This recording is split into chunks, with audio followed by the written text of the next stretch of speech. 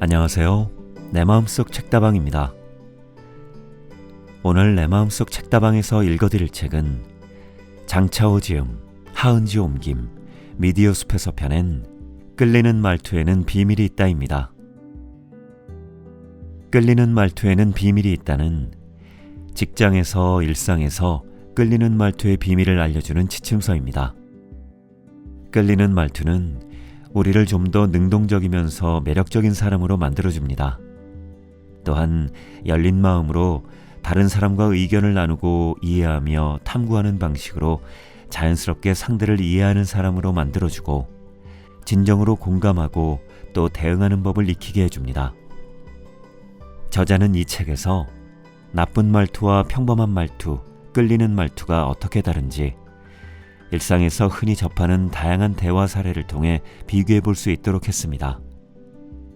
3초 안에 상대의 관심을 어떻게 끌 수 있는지, 화가 난 내 감정을 어떻게 효과적으로 표현할 수 있는지, 내성적인 사람과 이야기할 때는 어떻게 해야 하는지 등 다양한 유형의 사람과 여러 가지 상황에서 끌리는 말투를 구사할 수 있는 기술도 알려줍니다. 이 책을 통해 우리도 보다 현명하고 센스 있는 대화의 기술을 배울 수 있었으면 하는 바람입니다. 그럼 이제 내 마음속 책다방 문을 열겠습니다.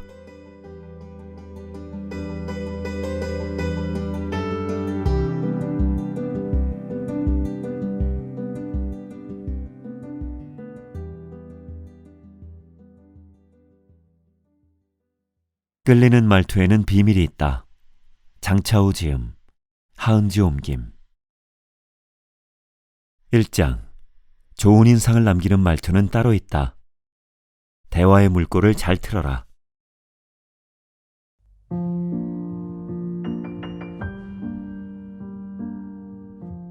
1. 첫 만남에서 좋은 인상을 남기는 법. 과거와 달리 새로운 사람을 사귀고 알아갈 기회는 많아진 반면 상대방에게 좋은 인상을 남기는 사람은 많지 않다. 우리는 사람들이 나를 잘 기억해 줬으면 한다. 심지어 이상한 사람으로 기억될지언정 기억에도 남지 않는 사람은 되고 싶지 않다고 말한다.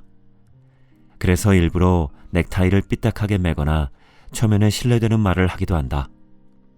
과장된 행동이나 분위기 띄우는 말을 하려고 애쓴다. 인상적인 사람이 되기 위해서 말이다. 그런데 이런 방법은 효과적이지 않다.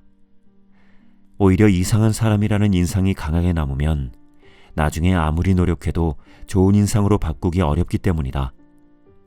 어떻게 해야 사람들에게 좋은 인상을 심어줄 수 있을까? 1. 유머가 있어야 한다. 유머는 자연스럽게 사람들이 당신에게 관심을 갖게 하는 방법이다. 그들이 잘 모르는 재미있는 에피소드나 말을 기억해 두었다가 들려주면 좋은 인상을 남기기 쉽다. 다만 상대가 초면일 경우 리스크가 따른다. 왜냐하면 당신은 농담이라고 건넸는데 그 사람에게는 아픔이고 상처일 수도 있기 때문이다. 때문에 남을 웃기면서 상처를 주지 않는 것이 그리 쉽지만은 않다. 상대를 감동시키는 유머는 어떤 걸까? 먼저 인간이 가진 다양한 면을 알아둘 필요가 있다. 사실 매우 외향적이고 명랑한 사람일지라도 내면 한구석에는 다른 사람에게 말 못하는 혹은 사람들이 몰랐으면 하는 아픔이 있을 수 있다. 반대로 아주 조용하고 침착한 사람일지라도 특정 상황에서 자신의 격한 감정과 행동을 필사적으로 억누르고 있을 수 있다. 새로운 사람을 알아가는 과정에서 이러한 심리를 잘 활용한다면 상대는 정말 나를 잘 이해하는 사람으로 당신을 기억할 것이다. 예를 들면 이런 것이다. 상대가 내성적인 사람일 때, 비록 오늘 많은 말을 하진 않았지만 당신이 나를 진심으로 응원해주고 있다는 느낌을 받았어요. 상대가 외향적인 사람일 때, 이따금 당신이 보인 침묵이 인정과 긍정의 의미라는 걸 알아요. 내겐 정말 큰 힘이 되었어요. 이를 통해 사람들은 세심함과 따뜻함, 자신을 향한 배려와 관심을 느끼고 당신에 관해 좋은 기억을 갖게 될 것이다. 2. 상대를 공부해야 한다. 인간관계에서 기회를 노리는 사람은 점점 많아지는데 인내심을 갖고 준비하는 사람은 드물다. 누군가를 만나기 전에 그 사람에 관한 자료와 정보를 모으고 정리해 놓으면 대화를 나눌 때 이를 적절히 활용할 수 있어 호감을 남길 수 있다. 구체적인 방법은 다음과 같다. 과거에 상대가 말한 적 있는 전략적 구상, 혹은 남들과는 달랐던 독특한 견해들을 적절히 인용해보자. 이를 통해 상대에게 자신감을 줄 수 있고 분명히 그는 당신과 계속해서 대화를 이어가려 할 것이다. 예. 빠르게 변화하는 시대지만 직장인이라면 적어도 향후 3년 동안의 커리어에 관한 계획을 세워놓는 것이 좋다고 말씀하셨던 게 기억나네요. 질문할 때는 상대의 개인적인 경험이나 경력을 활용해보자. 예. 엔지니어로 일하셨다가 나중에 창업에 성공하셨잖아요. 개인적으로 엔지니어에서 사업체를 이끄는 리더가 되려면 어떤 문제들을 극복해야 한다고 생각하시는지요? 자기소개를 할 때 상대와의 공통점을 거론하자. 예. 서울이 고향이시죠? 사실 저도... 3. 두 번째 만남을 노려라. 요즘은 성미 급한 사람이 너무 많다. 오히려 두 번째 만남에서 좋은 인상을 남기는 것이 전략이 될 수 있다. 때로 사회적 지위가 있거나 성공한 사람은 만날 때 외부에 알려진 그들의 이미지나 성격 때문에 괜히 주눅드는 경우가 있다. 특히 어린 친구들의 경우 평소 자신이 좋아하고 우러러보던 사람 앞에 서면 두려운 마음이 들기도 한다. 그러나 사실 이 모든 것은 지금껏 자신이 만난 사람이 많지 않다는 것을 증명하는 셈이다. 오래전에 있었던 일이다. 한 유명 인사와 프로젝트 사업에 관해 이야기할 일이 있었다. 평소 뉴스나 신문에서 보던 그는 매우 엄격하고 빈틈이 없는 사람이었다. 가끔 텔레비전에 비친 모습 역시 말수가 적고 말투가 느리지만 매우 예리했고 인간미라고는 느껴지지 않았다. 처음 그를 만난 곳은 대회 행사가 있는 장소였다. 그는 한눈에도 매우 바빠 보였다. 이리저리 계속 돌아다니는 통에 그에게 다가가 나를 소개할 시간이 없었다. 두 번째 만난 곳은 그의 회사에서였다. 내가 직접 그 회사로 찾아가 만났는데 이날 그의 성격이 외부에 알려진 것과는 많이 다르다는 사실을 발견했다. 그는 매우 털털하고 예의 바른 사람이었다. 그는 외국에서 사온 볼펜을 내게 선물로 주면서 처음 만나 반갑고 앞으로 잘해보자고 했다. 나는 볼펜을 건네받으며 감사의 뜻을 밝혔다. 그러면서 자연스럽게 사실은 우리의 만남이 처음이 아니며 당신이 나를 기억하지 못할 뿐 나는 당신을 본 뒤 많은 생각을 하게 되었다는 말을 전했다. 나는 그를 처음 보았던 지난번 행사를 이야기하며 말을 이어갔다. 얼마 전에 열린 기업가 혁신 행사에 참여했는데 당신의 발표를 듣기 위해서 갔었죠. 그날 우리 기업 역시 새로운 발전 모델을 모색하고 있다고 말씀하셨죠. 그걸 듣고는 저렇게 성공한 기업도 끊임없이 새로운 돌파구를 찾아 노력하고 있구나라는 생각이 들어 놀라웠습니다. 당신을 더 존경하는 계기가 되었습니다. 이 말을 들은 그는 나를 기억하지 못해 미안하다는 듯 겸연쩍은 미소를 지었다. 동시에 자신을 똑똑히 기억하는 나에게 깊은 인상을 받은 듯 했다. 그렇게 우리는 프로젝트 사업에 관해 순조롭게 이야기를 이어나갔고 성과를 거둘 수 있었다. 그날 나는 한 가지 진리를 깨달았다. 누군가의 실제 성격은 텔레비전에 나오는 이미지와는 상당 부분 차이가 있으니 거기에 속지 말자고.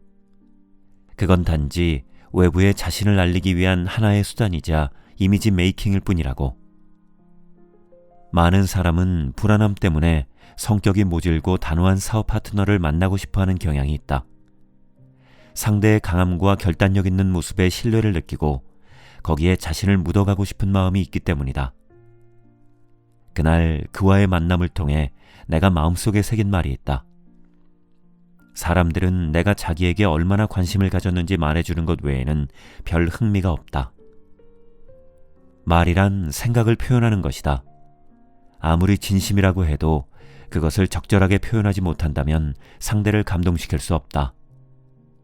누군가를 처음 만났을 때 그 사람이 무슨 말을 했는지, 어떤 행동을 했는지 똑똑히 기억하자.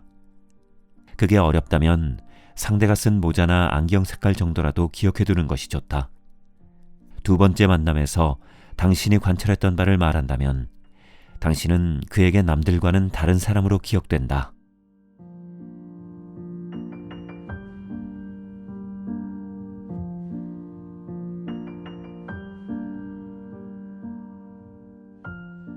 이 모든 사람은 칭찬에 약하다. 칭찬이 꼭 좋지만은 않다고 하는 사람들이 있다. 그건 늘 똑같고 상투적이며 영혼 없는 칭찬일 때 하는 얘기다. 만일 당신이 조금만 기술을 더해 진심 어린 칭찬을 건넨다면 상대는 오히려 그 칭찬에 중독될 수도 있다. 그렇다면 좋은 칭찬의 특징은 무엇일까? 1. 좋은 칭찬은 진심에서 우러나와야 한다. 많은 사람이 누군가를 칭찬할 때 그저 틀에 박힌 말을 소극적으로 조용조용히 건네는데 그러려면 아예 하지 않는 편이 낫다. 이른바 성공한 영업사원의 공통점은 다른 사람을 칭찬하는 재주가 있다는 것이다. 다들 가식이나 꾸밈 없이 적극적이고 호탕하게 상대를 높여준다. 때로는 그들이 내 주머니 속의 돈을 노리고 있다는 사실을 뻔히 알면서도 칭찬을 들었을 때 기분이 좋아지는 건 어찌할 수가 없다. 기분이 좋아지면 대뇌 활동이 활발해지면서 어떤 사건을 긍정적으로 바라보는 경향이 생긴다. 이런 긍정적 사고는 상대와의 관계를 더욱 돈독하게 한다. 그러니 이제부터는 아무리 사소한 부분이라도 설령 상대가 매우 조용하고 품이 있다는 점을 칭찬하고 싶더라도 대범하고 진실하게 큰 소리로 말하는 것이 좋다. 2. 좋은 칭찬은 상대를 편안하게 한다. 혹시 당신은 이런 경험이 있는가? 누군가를 열심히 칭찬했는데 그 후 관계가 가까워지기는커녕 멀어졌고 심지어 나중에는 그 사람이 당신을 별로 만나고 싶어 하지 않았던 경우 말이다. 사람은 무의식적으로 남이 한 말에 자신의 행동을 맞추려는 경향이 있다. 그런데 만일 당신이 심하게 과한 칭찬으로 상대를 치켜세우면 그는 자신이 그 칭찬의 수준에 도달할 수 없다는 부담감을 느끼고 당신과 거리를 유지하려 든다. 예를 들어보자. 당신이 누군가에게 당신은 정말 좋은 사람이에요. 매번 내가 필요할 때마다 지체 없이 도움을 주잖아요. 라고 칭찬했다고 치자. 이 칭찬에는 진심이 빠져 있다기보다는 일종의 보이지 않는 요구사항이 숨겨져 있다. 다시 말해 상대가 매번 지체 없이 당신이 도와주어야만 정말 좋은 사람이라는 기준에 도달할 수 있기 때문이다. 이 얼마나 부담스럽고 과한 요구란 말인가. 좋은 칭찬은 상대의 도움이 얼마나 적절하고 고마웠는지에 대해서만 이야기하면 된다. 사실 당신이 그때 겪은 고통과 아픔을 생생하게 설명하기만 해도 상대는 당신이 자신의 도움에 얼마나 깊이 감사하고 있는지 느낄 수 있다. 3. 좋은 칭찬은 유머가 있어야 한다. 좋은 칭찬은 생동감 있고 유머러스하며 기교가 있어야 한다. 구체적인 예를 살펴보자. 작은 선물을 곁들인다. 친구 중 한 명이 어느 날 부하 직원에게 넥타이를 선물로 받았다. 넥타이에는 이끌고 인도한다는 의미가 담겨 있다. 품이 있어 보이면서도 그리 부담스럽지 않은 선물이었다. 더 재미있는 것은 선물을 건네면서 직원이 한 말이었다. 지금껏 저를 믿어주셔서 감사해요. 앞으로도 계속 저를 잘 이끌어주셔서 더 좋은 성과를 거둘 수 있길 바라요. 이렇게 말하며 건네는 직원의 넥타이를 거절할 상사가 과연 몇 명이나 될까? 상대의 다양한 욕구를 충족시킨다. 미국의 심리학자 에이브레햄 매슬로는 인간에게는 생리적 욕구, 안전의 욕구, 애정과 소속의 욕구, 존경의 욕구, 자아실현의 욕구와 같은 5가지 욕구가 있다고 주장했다. 1943년에 제안한 인간 욕구에 관한 학설로 이른바 매슬로우의 인간 욕구 5단계 이론이라고 한다. 그중 애정과 소속의 욕구는 우정과 사랑, 대인관계에 관한 욕구이다. 사람은 다른 사람이 자신을 필요로 한다고 느끼면 이로써 자신이 사회적으로 가치 있는 존재라고 느낀다. 보통 상대에게 감사와 칭찬의 말만 전해도 이러한 심리적 욕구를 채워줄 수 있다. 존경의 욕구는 사회적 성공이나 명성, 지위나 승진과 같은 비교적 높은 차원의 욕구에 속한다. 이 욕구에는 성공이나 자아 실현에 대한 개인의 느낌 말고도 자신을 향한 타인의 존중도 포함된다. 언뜻 보기에는 애정과 소속의 욕구와 존경의 욕구가 비슷한 듯하지만 실제로 적용하는 과정에서 큰 차이를 느낄 수 있다. 왕 사장님은 정말 능력 있는 분이라는 말을 한 사람에게 했을 때와 어떤 조직 혹은 무리를 대상으로 했을 때 왕 사장이 느끼는 바는 완전히 다르다. 그러니 공개적인 장소에서 상대를 칭찬하는 기술을 적절히 사용해 보길 바란다. 그러면 앞서 말한 두 가지 심리적 욕구를 모두 채워줄 수 있다. 좋은 칭찬은 여러 형태로 확장시켜 나갈 수 있다. 왕 사장 앞에서 칭찬하는 것과 뒤에서 칭찬하는 것도 당사자에게 또 다른 느낌을 준다. 보통 당사자가 없는 곳에서 그를 칭찬하는 경우는 어떤 이익을 취하려는 목적이 아니기 때문에 평범한 말 한마디 한마디가 더욱 진실하게 느껴져 그 사람을 감동시킬 수 있다. 당사자가 없는 곳에서 칭찬했다고 혹시 그 사람이 모를까봐 걱정하지 마라. 장담하는데 당신이 생각했던 것보다 훨씬 더 빨리 그 사람 귀에 그 소식이 들어갈 테니. 함축된 의미가 많은 칭찬일수록 좋다. 물론 칭찬도 구체적일 수 있다. 하지만 상대가 어떤 일 하나를 완성시켰을 때 그저 대단하다고 큰 소리로 떠들어대는 것보다는 그 일이 얼마나 어려운 것이었는지를 분석하는 것이 더 나을 수 있다.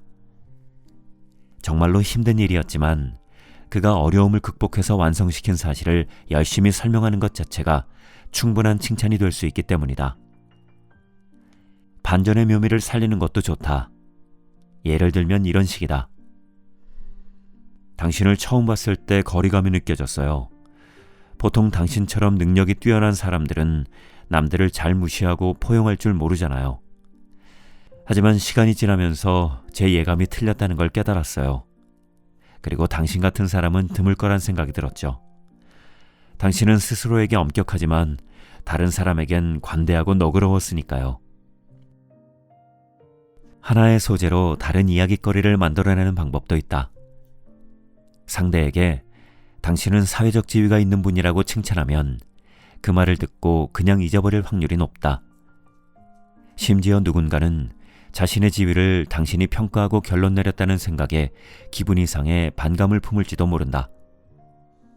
그런데 만일 상대의 가정환경을 어느 정도 아는 경우라면 이런 식으로 칭찬을 건넬 수 있다. 이번 일로 많은 도움을 받았습니다. 당신은 정말 해결하지 못하는 문제가 없으시군요.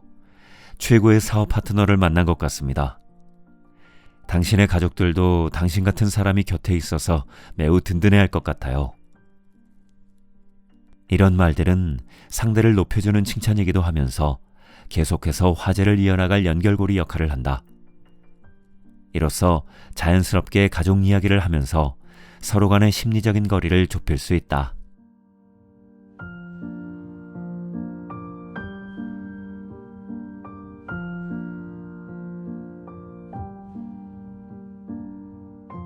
(3) 상대가 좋아하는 화제를 찾아라.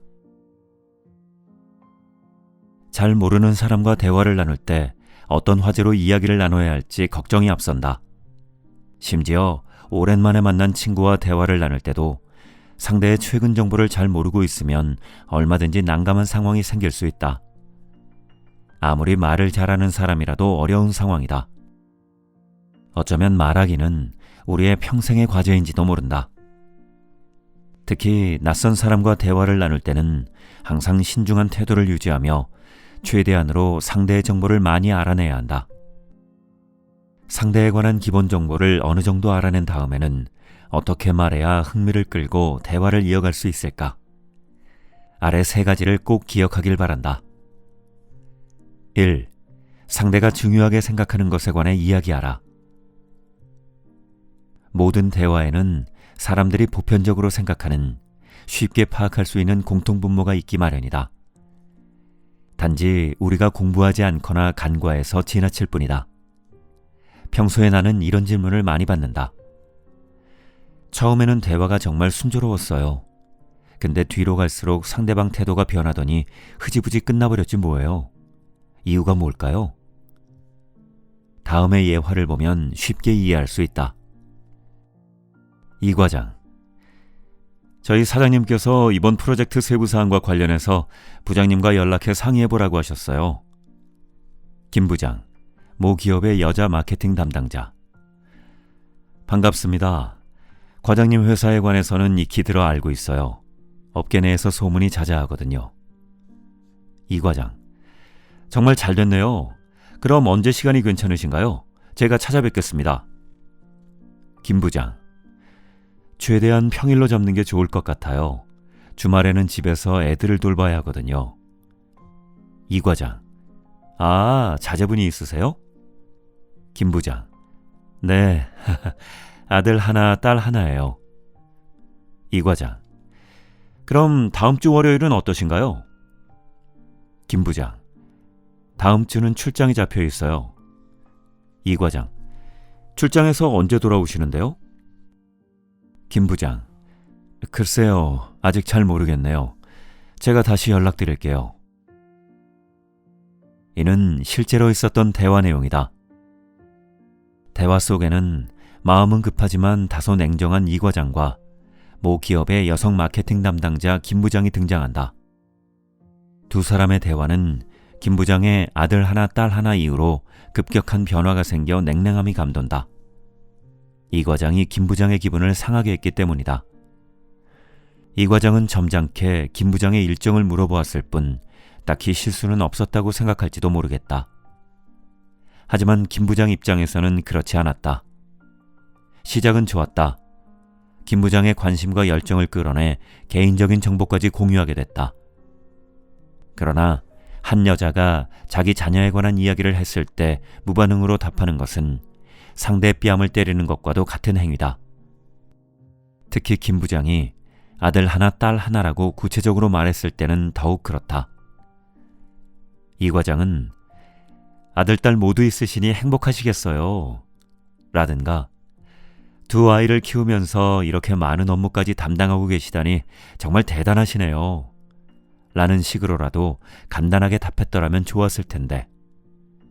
그것도 아니면 그럼 부장님을 뵈러 갈 때 아이들에게 선물할 책을 가져가도 될까요? 라고 물어봤어도 됐다. 만일 이런 식으로 대응했다면 두 사람의 대화가 갑자기 찬물을 끼얹은 것처럼 뚝 끊기는 일은 없었을 것이다. 대화를 나눌 때는 상대가 중요하게 생각하는 것에 관심을 기울여야 한다. 보통 어른들은 건강을, 남자는 사업을, 여자는 자녀를 이야기할 때 대화가 끊이지 않는다. 2. 상대가 자부심을 느끼는 일에 관해 이야기하라. 만나는 사람이 점점 많아지면 몰랐던 한 가지를 발견하게 된다. 바로 사람들이 자신의 이해득실은 꼼꼼히 따지면서 남의 것은 가볍게 여기는 좋지 않은 습관이 있다는 것이다. 그런데 이런 좁은 마음을 버리고 이득을 취하기 위해 남 앞에서 장황하게 늘어놓던 내 자랑을 잠시 멈춰보는 것은 어떨까? 그 대신 남을 더욱 높여주고 그들이 자부심을 느끼는 일에 관해 이야기하도록 독려해주면 이로써 상대는 당신이 남들과는 조금 다르며 참 좋은 사람이라고 생각할 것이다. 대화 상대가 정말 평범하기 그지없어서 진심으로 자부심을 느낄 만한 일이 없다면 어떻게 하냐고 반문할 수 있다. 걱정하지 마시라. 이 세상에 진심으로 자신이 지극히 평범하다고 생각하는 사람은 없으니. 왜냐하면 모든 사람은 인생을 살면서 각자 나름의 역경과 고난을 겪고 이를 극복하고 있기 때문이다. 구체적으로 어디서부터 어떻게 이야기를 시작해야 상대가 자부심을 느끼게 할 수 있냐고 질문한다면 나는 주저없이 상대의 직업이나 일에 관한 이야기부터 하라고 답한다. 대화 상대가 세관원이라고 가정해보자. 당신은 가르침을 청하는 방식으로 상대에게 그 직업의 가장 어려운 점이 무엇인지 물어볼 수도 있고, 세관원 시험을 통과하는 게 매우 어렵다고 들었다는 식으로 말을 시작할 수도 있다. 이런 화제를 선택하면 당신은 상대에게 익숙한, 그가 잘 알고 있는 영역으로 들어가 대화를 나눌 수 있다. 그러면 상대는 당연히 기분이 좋아질 수밖에 없다. 실제로 그의 직업이 아무리 평범한 것일지라도 거기에 종사하지 않는 외부 사람 앞에서는 전문가가 되기 때문이다. 게다가 아무리 평범한 사람이라 해도 그 일에 관해서는 당신보다 그 사람이 아는 것이 훨씬 많다. 그렇게 이야기를 계속 나누다 보면 상대의 표정은 자신감으로 가득 차고 전문가 못지않은 느낌을 풍기게 될 것이다. 이렇게 기분이 좋아지면 자연스레 당신을 보는 눈이 달라질 것이며 당신에게 더욱 마음을 열 것이다. 3. 상대가 좋아하는 화제 속에서 기회를 찾아라. 유쾌하고 화목한 대화를 이끌어가는 사람을 보면 그 사람이 얼마나 말을 잘하는지를 명확히 알 수 있다. 그런데 간혹 분위기를 정말 잘 띄우고 말도 재밌게 하는데 사교 능력은 떨어지는 사람이 있다. 왜일까? 이런 사람은 대화를 나누면 상대에게 호감을 남기지만 이야기가 끝나면 그냥 그걸로 끝이기 때문이다. 그러니까 그 다음이 없다. 사실 이런 대화는 매우 소모적이다. 우리가 대화를 나누는 목적은 자기 생각을 더욱 잘 표현해 사람을 잘 사귀기 위해서다. 즉, 대화는 일종의 수단이며 진정한 목적은 교제에 있다. 다음번 만남을 약속하려면 상대가 흥분하며 이야기하는 화제 속에서 기회를 찾을 수 있다. 예전에 있었던 일이다. 한 번은 조금 나이가 있는 파트너에게 식사를 대접하고 싶었다. 하지만 처음부터 식사를 대접하고 싶다는 말을 하면 분명 거절할 것 같았다. 그래서 먼저 우리는 취미 생활에 관해 이야기를 나눴다. 그는 평소 낚시를 즐긴다고 했다. 그 말을 듣고 나는 잠시 멍해졌다. 솔직히 말하면 나는 낚시에 관해서는 문외한이었다. 그렇다고 그와 함께 낚시를 하러 갈 수도 없는 노릇이었다. 개인적으로 낚시는 시간 낭비라고 생각하기 때문이었다. 그래도 나는 그에게 어디에서 낚시를 즐기는지 물었다. 마침 그가 말해준 낚시터 근처에 내가 아는 채식 레스토랑이 있었는데 그에게는 안성맞춤이었다. 그래서 나는 다음번에 그 식당에서 만나 함께 식사를 하는 게 어떻겠냐고 먼저 제안했고 그는 흔쾌히 승낙했다. 이렇듯 평범해 보이는 대화 속에서 기회를 찾아 진짜 말 잘하는 사람이 되어보라. 이를테면 상대가 평소에 자신이 어떻게 건강관리를 하는지를 이야기하면 좀 더 세세하게 물어보았다가 다음번 만남에서 그에게 부족한 부분의 건강식품이나 의료용 기기를 선물로 주는 것이다. 또는 상대의 자녀가 수험생이라면 당신이 알고 있는 모 고등학교의 교사를 함께 찾아가 보는 것도 좋다. 이런 식의 대화와 이야기는 모두 흥미롭고 재미있다. 비록 그 속에 사람을 놀라게 하는 특별한 말이나 행동이 담겨 있지는 않지만 이를 통해 당신도 모르는 사이 진정한 대화의 목적을 달성할 수 있다.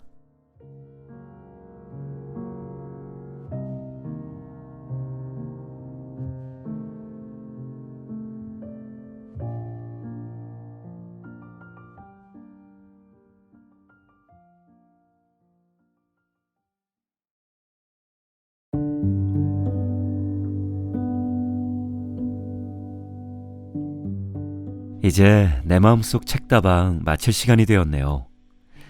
오늘도 함께 해주셔서 감사합니다. 저는 다음 시간에 새로운 책을 가지고 다시 인사드릴게요.